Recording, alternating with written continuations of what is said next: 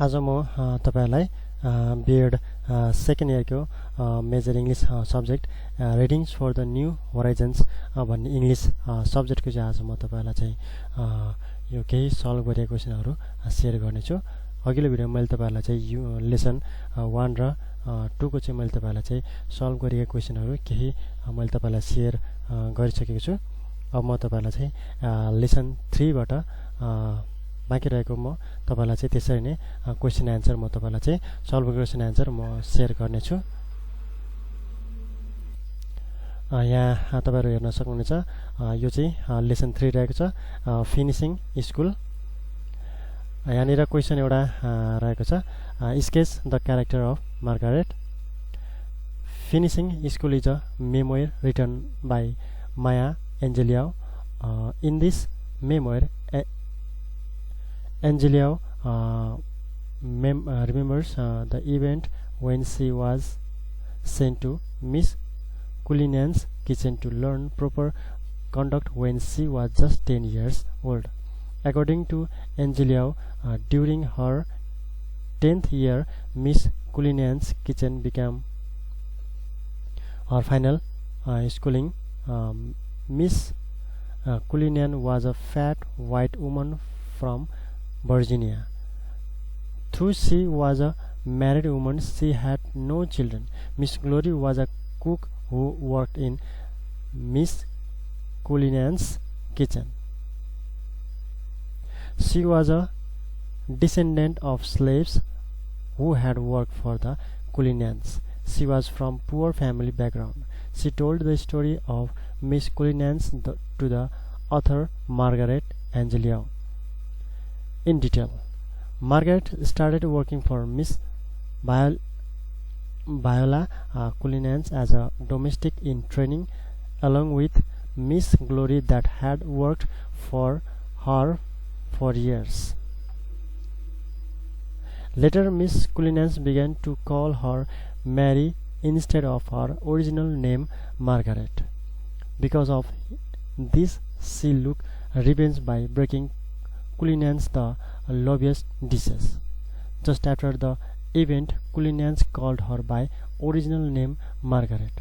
In fact, this is the memory that she records in the memoir is related to the issue of identity in the African American literature, identity of black Americans in general and identity of black American females in particular. यो चाहिँ रहेको थियो ए नम्बरको question answer. त्यसैगरी be मा यहाँ रहेको छ why did Margaret show pity for Miss Cullinan? Margaret started working for Miss Viola Cullinans as a domestic in training, along with Miss Glory that had worked for her for years. She felt pity for Miss Cullinan because she couldn't have children, for being too delicate boned, and because she couldn't even pronounce her name right. यो चाहिँ रहेको थियो be नम्बरको answer. तपाईहरु यो यसको यो text पढेर पनि तपाईले चाहिँ अझ धेरै कुराहरु चाहिँ तपाईले चाहिँ एड गर्न सक्नुहुन्छ। टेक्स्ट पढेपछि तपाईलाई धेरै आइडियाहरु पनि आउँछ। त्यो कारणले गर्दाखेरि यो चाहिँ तपाईलाई सरफेस यो जस्ट यो क्वेशनहरु रहेको छ। यस्तो क्वेशन चाहिँ कसरी लेख्ने भन्ने कुराहरु चाहिँ तपाईले यहाँनिर दिएको छ। त्यसैगरी यसमा चाहिँ दुईटा मात्र रहेको छ। तपाई अरु क्वेशनहरु टेक्स्टबाट पनि तपाईहरु सल्भ गर्न सक्नुहुन्छ। त्यसैगरी अर्को यहाँनिर लेसन 4 मा रहेको छ ESL in Africa and Asia. A नम्बरमा रहेको छ ए नम्बरमा यहाँ हेर्न सक्नुहुन्छ what is the status of English language in the UNO? In UNO, English has taken as an important language among 6 official languages. Except English, UNO has an Arabic, Chinese, French, Russian and Spanish language as major official language. Question number B. What is the status of English in Nepal? Is it used here as a foreign language or as a second language? Give reasons.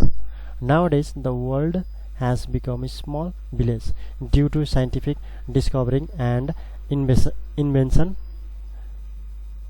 In Nepal, the practice, scope and use of English language is increasing day by day, but still English language is regarded as a foreign language in Nepal. Question number C. Is it possible for a person to remain a monolingual throughout one's life in the present day society? Why not? In this rapidly moving world, it is almost impossible to remain a monolingual throughout life. The world is turned into a small village due to globalization. In this situation, we must know all sorts of language for existences. Without multi-language use cannot promote business, education, policies, communication and knowledge. Question number D. In what condition is a language termed as a default language? If any language is used by minority group and institutional language, or as language used when no other common language is available, the above conditions are the default or failure language. Question number E. Is English used as a default language in India? Discuss.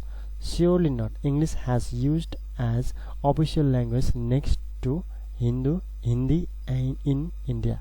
Since colonial period, India was the place where English language as dominantly used. More than 1/3 population of India speaks English language. Hence, English was not the default language in India. Question number F.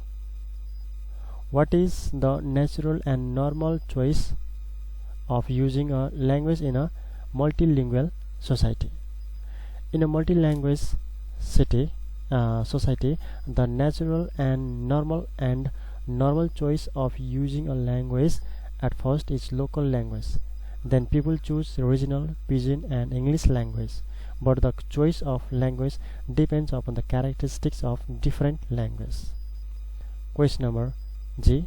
Explain what you understand by the statement that the choice of language may depend on either the user characteristics such as administration, education, media, military and traditional international trade.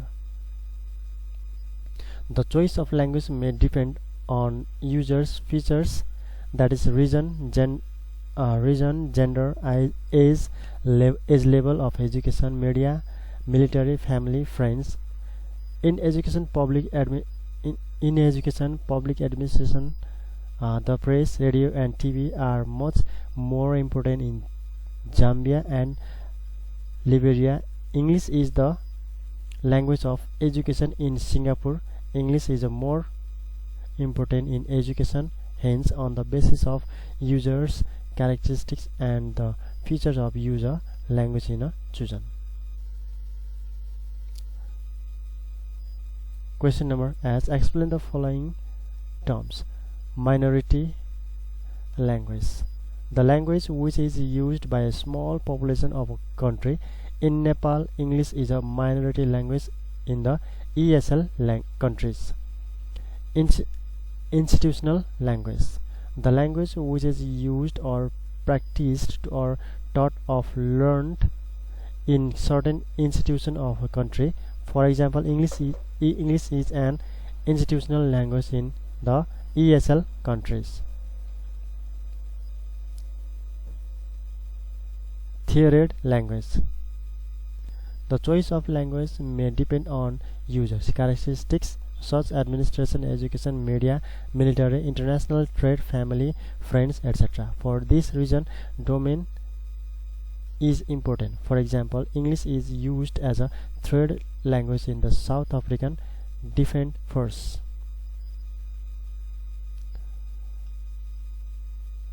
Diglossia. Diglossia is the situation of the languages of a country in which two often closely related languages are existed between two languages. One is of high prestige, which is generally used by the government and informal texts, and one of low prestige, which is usually spoken vernacular tongue. The high vernacular language tends to be more formalized, and its form and vocabulary often attract into the vernacular, often in the changed form. Code switching. It is a linguistic term which shows the regular use of more than one language in conversation. Multilingual people who speaks more than one language is called code switching. Sometimes the used elements of multiple languages in conversation. Hence, code switching is the syntactically and phonologically appropriate use of more than one linguistic variety. Polyglossia.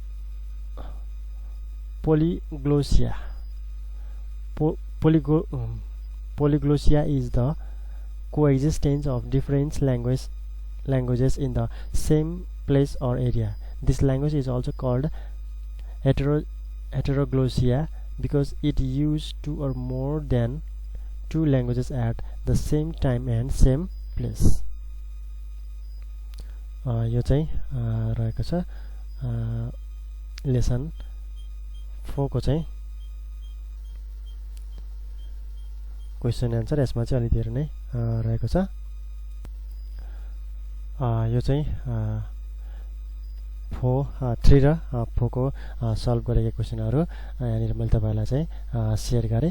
यसमा चाहिँ कतिपय यसमा चाहिँ जम्मा दुईटा मात्र क्वेशनहरु रहेका छन्। तपाईले अझ धेरै क्वेशनहरु चाहिँ टेक्स्टसँग सम्बन्धित क्वेशनहरु सल्भ गर्न सक्नुहुन्छ।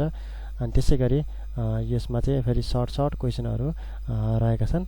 तपाईले एक्सप्लेन गर्ने खाली क्वेशनहरुलाई चाहिँ तपाईले चाहिँ रिजन दिने खाली क्वेशनहरु चाहिँ अलि लेन्दी बनाएर पनि तपाईले चाहिँ गर्न सक्नुहुन्छ। त्यसलाई अलि एक्सप्लेन गरेर पनि गर्न सक्नुहुन्छ ताकि तपाईलाई नै प्र्याक्टिस हुन्छ त्यो राइटिङ ह्याबिट बढाउनको निम्ति। यो चाहिँ रहेको छ 3 र 4 को सल्भ गरेको क्वेशनहरु हुन्छ। मैले तपाईलाई यो 3 र 4 को मात्र म तपाईलाई चाहिँ यो आज मैले यति नै गरे।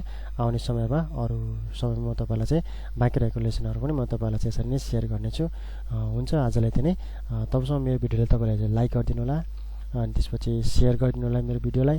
र अहिलेसम्म मेरो च्यानललाई तपाईले सब्स्क्राइब गर्नुभएको छैन भने मेरो यो च्यानललाई तपाईले सब्स्क्राइब पनि गरिदिनु होला।